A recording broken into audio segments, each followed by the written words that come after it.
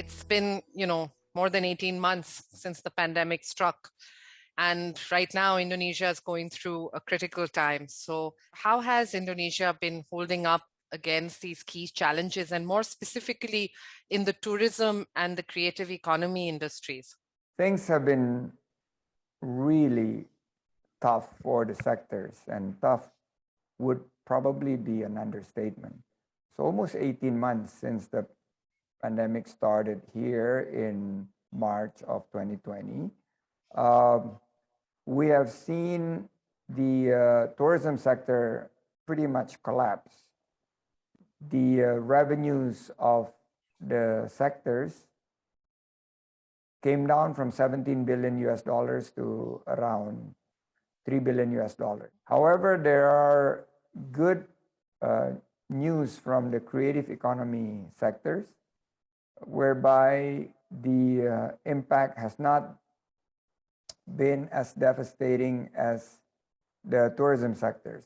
And these challenging times call for extraordinary measures for solutions. And this is what we have been preparing.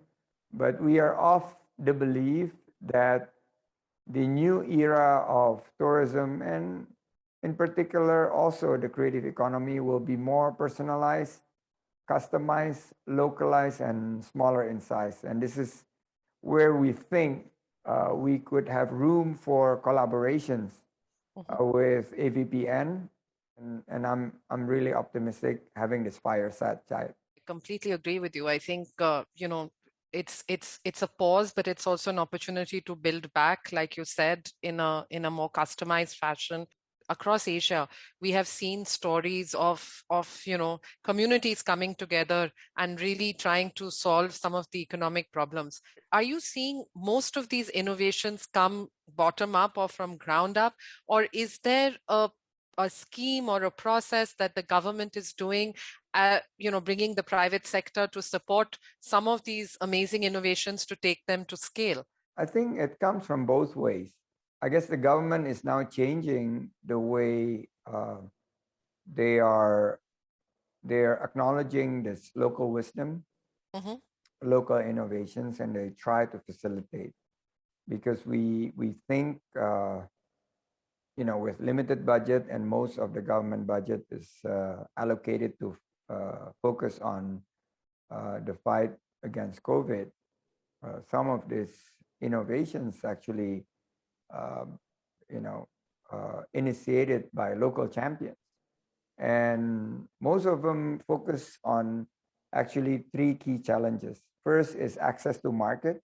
Second is access to, human capital. And right.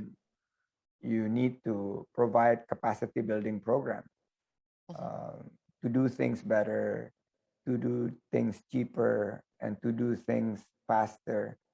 Finally, is access to capital, whereby government would really need a big help from not only the established banking system has struggled over the years to reach this bottom of the pyramid, but the use of communities and the help of local organizations in terms of providing access to capital for some of these local entrepreneurs. I agree. And this is where venture capital and venture philanthropy can play such a big role. I mean, some of this innovation, some of these models that have surfaced as a result of the communities coming together, these are an amazing opportunity for private sector capital to really come and grow this space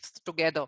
Yeah, and I think there are three game changers that we endure during the past 18 months. First is the emergence and the accelerations of technologies.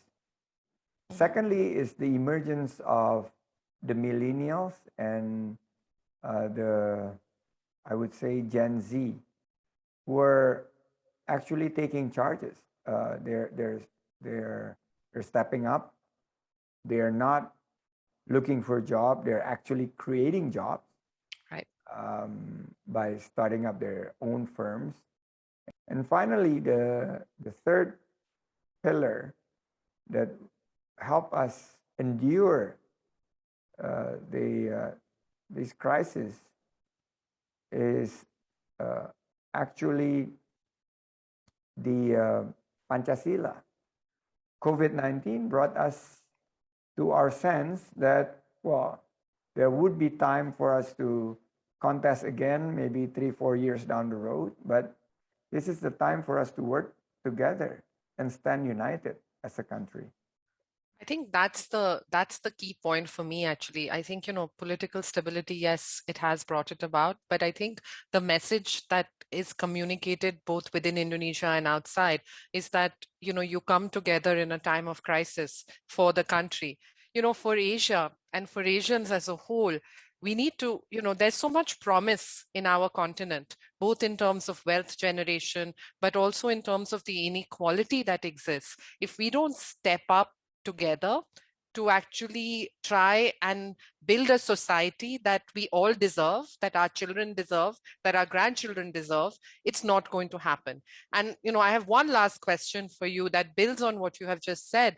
We at AVPN, we are 10 years old now, and we're looking at the next 10 years as Asia's decade. So building on what you said, the young people that are coming to the fore, that are taking charge, the technology that has been, we've kind of done a hyper leap in terms of adopting technology and moving forward. How do you see the recovery period, the build back? Where do you see Indonesia going in the next 10 years? That's one thing that is definitely would be our aim, is that we will build back better, and we would be coming back stronger together with a focus on quality. We are no longer chasing quantity. We want to have the kind of tourism that is more customized, probably smaller in size, but focused on quality-wise and environmental friendly activities. And we think with the vaccine program, the vaccinations program, that still on target by the end of the year, close to 70% of Indonesians would receive full vaccinations. Wow. We believe 2022, as we take over the presidency of G20, would be the year that we see some early phase of recovery. We'll all realize that, climate change, the issues we have with climate are a big issue, especially in our part of the world. And we face that every day. What you said about tourism, about quality versus quantity, fits right into that. I think we have seen globally with the shutdown almost of tourism, the nature has had a chance to actually recover, rejuvenate, and come back stronger. Now, if we focus on quality versus quantity, we focus on the right kinds of models for tourism, where we also benefit, we enjoy, but we don't ruin. And I think that's what you're looking at when you're looking at some of these innovative models.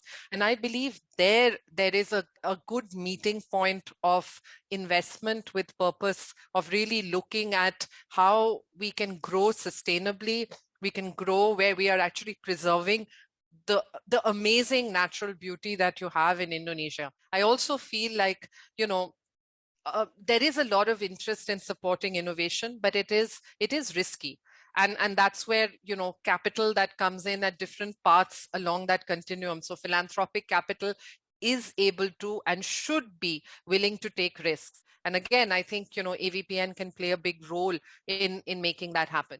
I think the next year's conference, I strongly believe with your vaccination on target, we should be able to bring quality to Bali, to Indonesia together, so that we can really share some of the new things that you have developed in the last 18 months, and some of the new trends that you have to the larger public. So what it would be like for the next 10 years of AVPN? Where do you want AVPN to be in 2030? We have less than a decade to achieve the SDGs. And the pandemic has actually moved us much farther away from our targets. So we need to translate this urgency into action now. And by actually partnering with you, having the AVPN Southeast Asia Summit this October is one of the ways that we are looking to make this happen. I believe that not just the summit that we are planning, which will probably be virtual in October, but the main summit we are planning in Bali next year will be a place where we can get funders and resource providers to learn from each other, to share their knowledge, and basically find real-time opportunities for collaboration and scalable impact.